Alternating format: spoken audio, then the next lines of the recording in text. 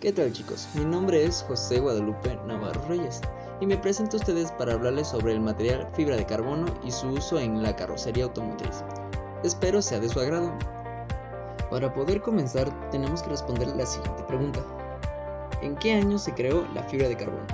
Esto es realmente sencillo. En 1958 Roger Bacon creó la fibra de alto rendimiento de carbono. Originalmente este material fue concebido para la fabricación de partes aeronáuticas, pero con el paso de los años y gracias a su fácil manejo emigró al diseño automotriz de la mano de Rolls-Royce. Incluso emigró al deporte, siendo un elemento muy esencial en estas industrias.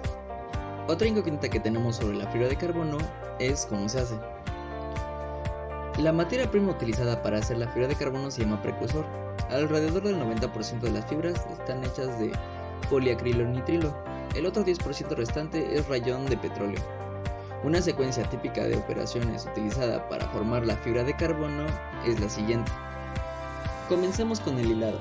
El polvo de plástico de acrilonitrilo se mezcla con otros plásticos, como el acrilato de metilo, y se hace catalizar en un proceso de polimerización en suspensión. El plástico se hila en fibras usando uno de los varios métodos. El plástico se mezcla con ciertos productos químicos y se bombea a través de una cámara de enfriamiento donde se solidifican las fibras. Las fibras se labran y se estiran al diámetro deseado.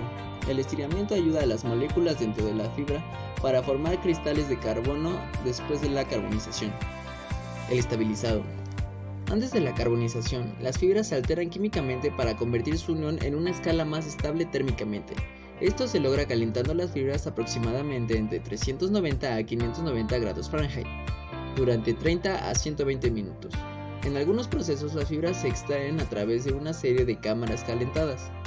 Carbonización. Se calientan las fibras a una temperatura aproximadamente de 1830 a 5500 grados Fahrenheit durante varios minutos en un horno que tiene una mezcla de gases que no contiene oxígeno.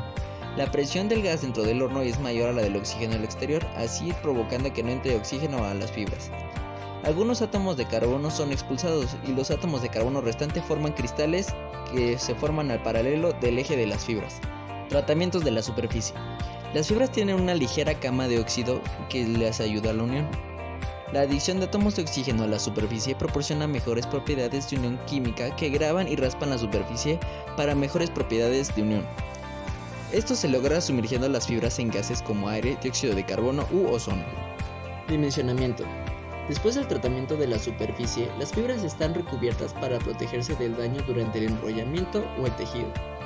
Los materiales de revestimiento se eligen para que sean compatibles con el adhesivo utilizado para formar materiales compuestos.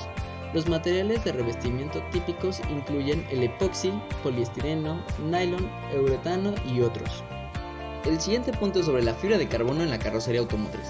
El Bugatti EV110 es uno de esos superdeportivos injustamente olvidados por la historia.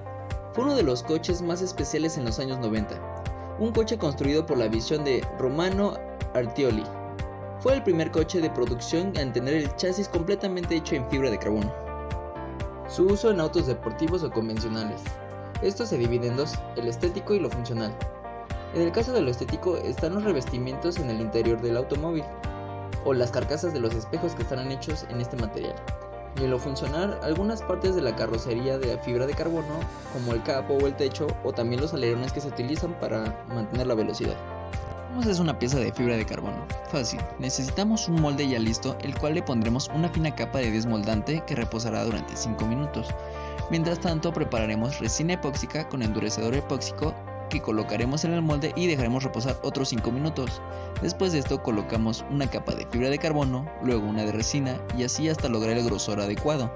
Dejaremos reposar durante todo un día y después de esto cortamos un exceso y listo, ya está tu pieza.